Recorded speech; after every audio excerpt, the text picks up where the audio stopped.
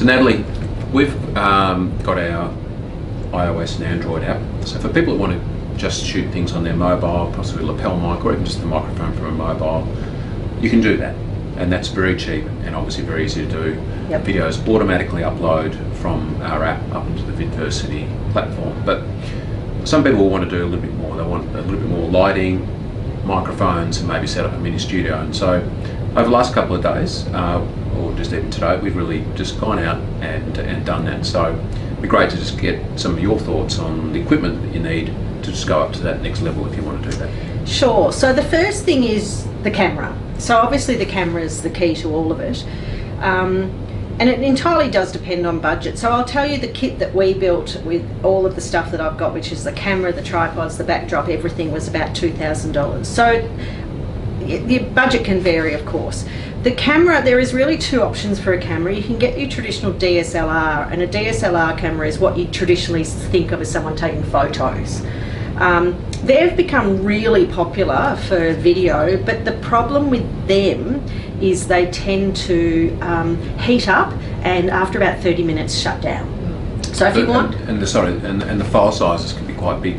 Yeah, they can be enormous and really hard to move around, so that can be a... And do the files come out as MP4 in DSLR? Not necessarily, no. Yeah. That's not usually a feature of them. Right. So then you have your sort of handy cams, your camcorders that we're used to for video, and they are probably preferable for a number of reasons. One is the continuous recording, one is the size of the output, so you can often output it in MP4, and just so for people who've not really worked with video, MP4 is it's a much smaller file, and why is that important? Because it's often really hard to get a file from your camera onto a computer and do anything. If it's too large, you really need specialised equipment, so MP4 is really good.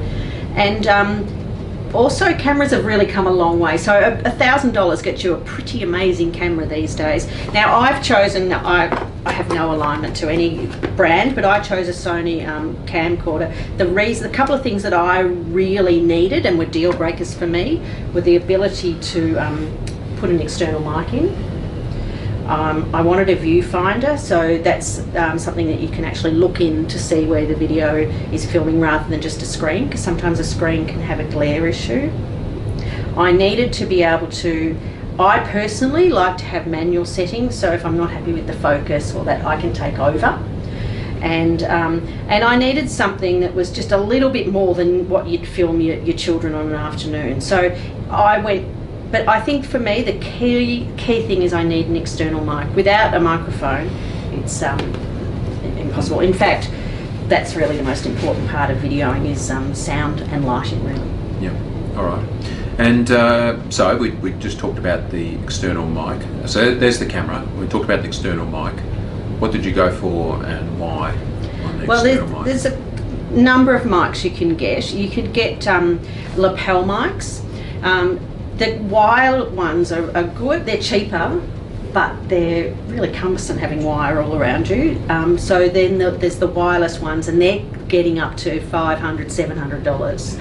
So that for me was a little too much. So I've gone for, now excitingly, the best brand for microphones is Rode, and they're an Australian brand, which is great. So I've gone for a sort of on-camera, what they call a shotgun mic, which sits on top of the camera and is directional, so it's just straight to you and I. We've been really happy with the sound coming out of that. I think it's amazing. I mean, we're in an office that doesn't have any sound protection. It's not a studio. There is ambient noise around, and it's doing a really good job. That's good. And then, of course, we need lighting. I mean, we talked about sound. Lighting's important as well. Yeah. Probably, we would say that sound is probably a little bit more important than lighting. But if you want both, we're talking about a studio setup now. So tell me a little bit about what we've... Well, lighting is the one that's the most deceptive because it's expensive and it's quite hard to do and it takes a lot. So we're in this shoot, we're using one LED light with 500 plus lights in it, which costs around $600, and it's still probably, we're not at our optimum here for lighting. You'd probably want one or two, but probably another one.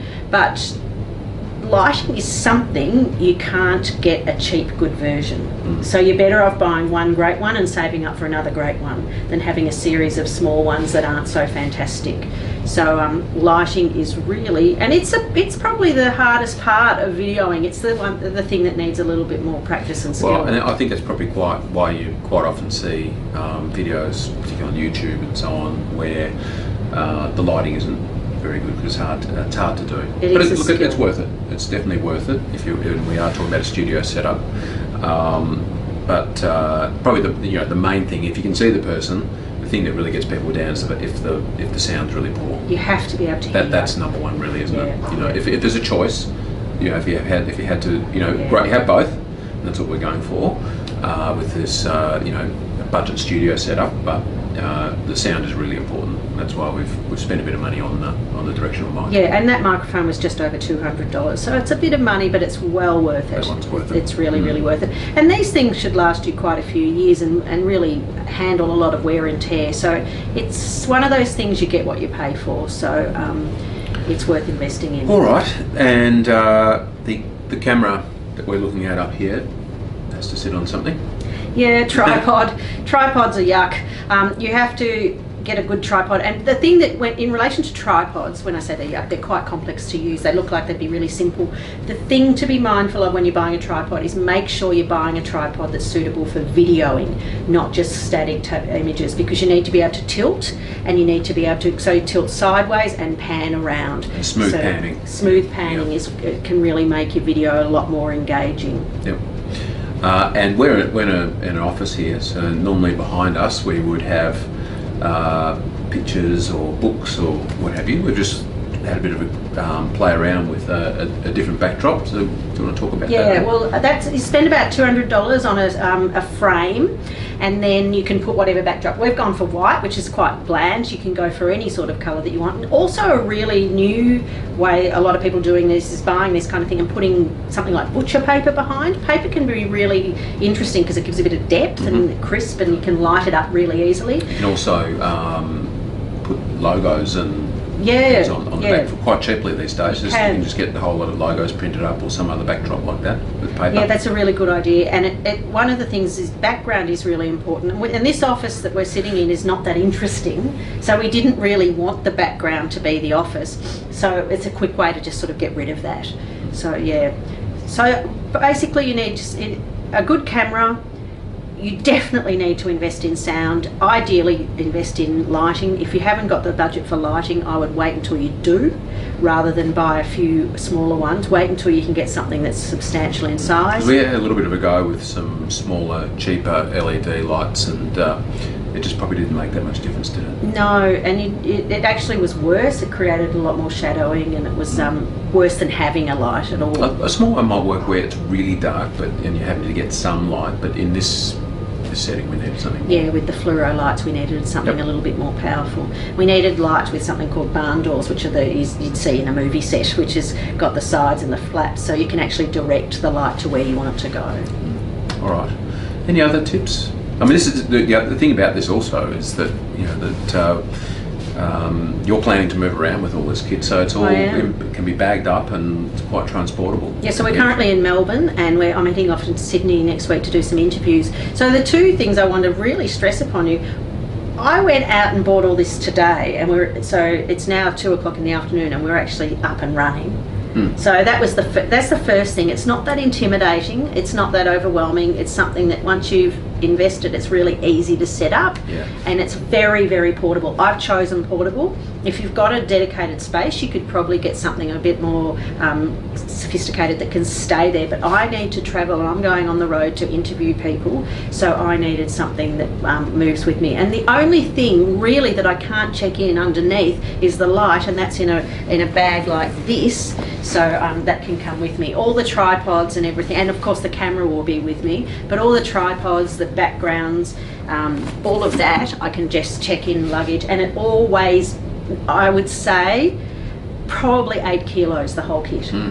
8 to Yeah. 10 kilos. So it's something that, for me, that was a priority. If that's not a priority, that's fine, but it's good to know that it is very portable. And if you're not travelling, the other really important thing about this is that this is very, very quick to set up. Like we did it in a matter of minutes, really, when just putting everything together.